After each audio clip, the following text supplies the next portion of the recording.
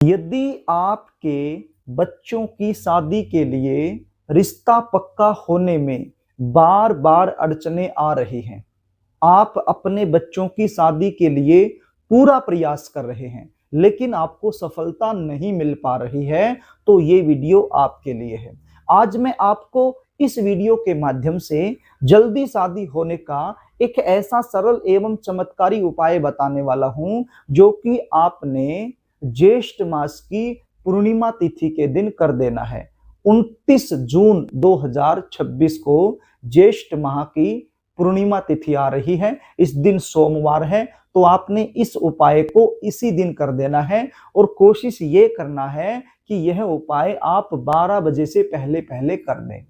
आप शाम को भी कर सकते हो, नो प्रॉब्लम, लेकिन यदि दोपहर से पहले पहले आप करते हैं तो और भी अच्छा रहेगा। कई बार सिचुएशन क्या होती है, आपके जो बच्चे हैं, चाहे लड़का हो या लड़की हो, उनकी शादी के लिए रिश्ते तो बहुत सारे आएंगे, बातें भी कई जगह से चलेंगी, लेकिन चलती चलती बातें बीच में रुक जाएंगी। देखने वाले आ जाएंगे, चाय पानी पीकर चले जाएंगे, मीटिंग हो जाएगी, लेकिन सामने से कोई रिप्लाई नहीं मिल पाएगा। आप इंतजार करते रहोगे, सामने वाला न तो हाँ कहेगा न ना कहेगा। कुछ ऐसे रिश्ते आएंगे जो आपके लेवल के नहीं हैं, तो आपके बच्चे मना कर देंगे, आप भी मना कर दोगे। और कोई ऐसा रिश्ता जो बिल्कुल आपके बच्चों के लेवल का है, तो वो रिश्ता सामने से पक्का नहीं हो पाएगा। आपके बच्चों की उम्र निकलती जाएगी, जबकि आपके बच्चे दिखने में सुंदर हो सकते हैं, अच्छी खासी उनकी जॉब हो सकती है, या फिर खुद का व्यवसाय हो सकता है। भगवान की कृपा से आपका जो बैकग्राउंड है वो भी काफी अच्छा हो सकता है। इतना कुछ होने के बावजूद भी यदि शादी में विलंब होता रहे, तो ऐसी सिचुएशन में बच्चे तो परेशान हो ही जाते हैं, लेकिन बच्चों से कहीं ज्यादा परेशान माता पिता हो जाते हैं। तो प्रिय दर्शकों, चिंता करने की आवश्यकता नहीं है, उपाय बता देता हूं, इसको ध्यान से सुन लीजिए। यह उपाय विशेष रूप से यदि बच्चों की मां करती है तो इसका जो रिजल्ट है वो कहीं ना कहीं अधिक देखने को मिलेगा। बच्चे खुद भी कर सकते हैं, बच्चों के पिता भी कर सकते हैं, लड़का हो या लड़की हो खुद भी कर सकते हैं, लेकिन यदि बच्चों की मां करती है तो उसका रिजल्ट कहीं ना कहीं अधिक देखने को मिलेगा। करना क्या होगा, एक पूरी तैयार करनी है आपने। क्या तैयार करनी है?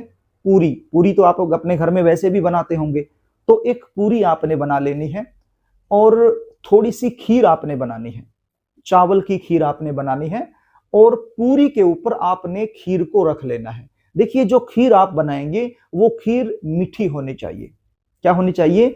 खीर मीठी होनी चाहिए। पहले से ही उसमें आप मीठा डाल दीजिए, चीनी वगैरह। तो पूरी आपने बनाई, खीर भी आपने बना ली। आपने एक प्लेट लेनी है, स्टील की प्लेट आप ले लीजिए या फिर थाली ले लीजिए। तो एक पूरी बनाई, पूरी को थाली में रखा या प्लेट में रखा, और पूरी के ऊपर थोड़ी सी खीर आपने रख दी, और खीर के ऊपर 1 चम्मच आपने घी भी रख दिया। इतना आपको समझ में आ गया? अब इस थाली या प्लेट को लेकर आपके घर का जो पूजा मंदिर है वहां पर जाकर बैठ जाइए, और एक शुद्ध देसी घी का दीपक आपके घर के पूजा मंदिर में आप लगा लीजिए, और एक मंत्र आपने बोलना है। मंत्र क्या है? ओम नमो भगवते वासुदेवाय मम पुत्र विवाह बाधाम नाशय स्वाहा। यदि पुत्र के लिए कर रहे हैं तो बोलना है पुत्र।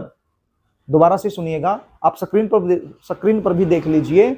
ओम नमो भगवते वासुदेवाय मम पुत्र विवाह बाधाम नाशय स्वाहा।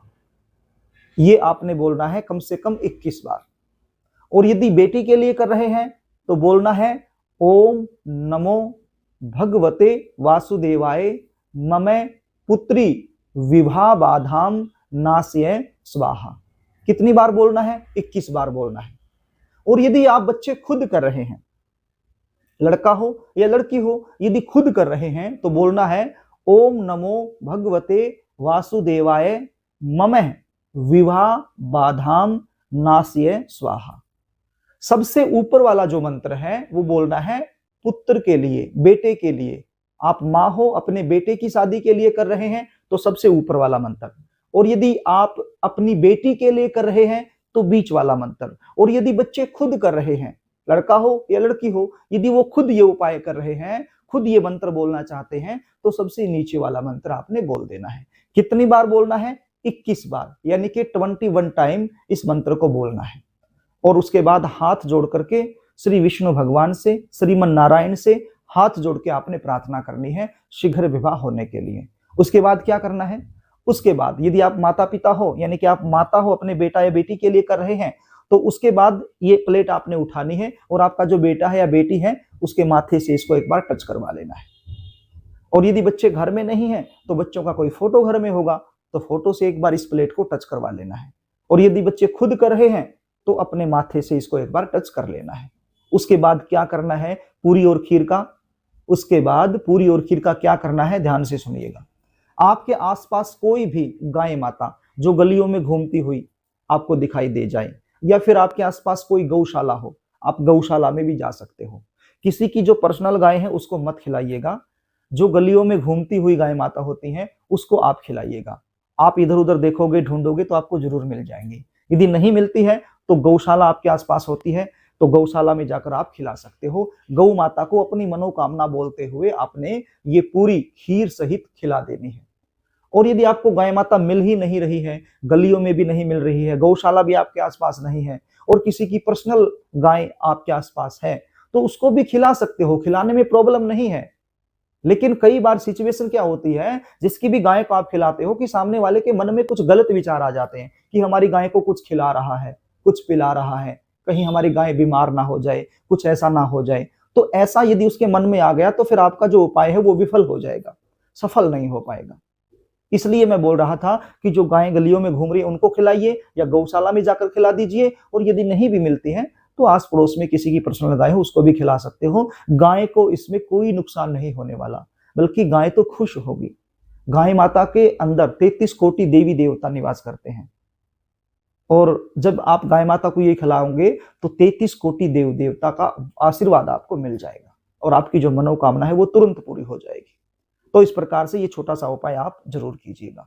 यदि आप जानना चाहते हैं कि आपके बच्चों की शादी कब होगी, कौन से साल में होगी, कौन से महीने में होगी, कैसे परिवार में होगी, शादी के बाद का जीवन कैसा रहेगा, जीवन साथी कैसा मिलेगा, जन्म कुंडली के अनुसार जल्दी शादी होने के लिए क्या करना चाहिए, क्या नहीं करना चाहिए, शादी में लगातार देरी क्यों हो रही है, यदि ये सारी जानकारी आप मुझसे लेना चाहते हैं तो स्क्रीन पर दिखाए गए व्हाट्सएप नंबर के जरिए आप अपने बच्चों की जन्म डिटेल मेरे पास भेज सकते हैं और साइंटिफिक तरीके से अस्टिक विश्लेषण करवाकर संपूर्ण जानकारी आप मुझसे प्राप्त कर सकते हैं। तो प्रिय दर्शकों, यदि कार्यक्रम आपको अच्छा लगे तो इस वीडियो को लाइक जरूर कर देना, इसको शेयर भी कर देना ताकि आप पुण्य के भागीदार बन जाएं और कमेंट बॉक्स में जय गौ माता जरूर लिख देना ताकि इस उपाय का 100% लाभ आपको मिल सके।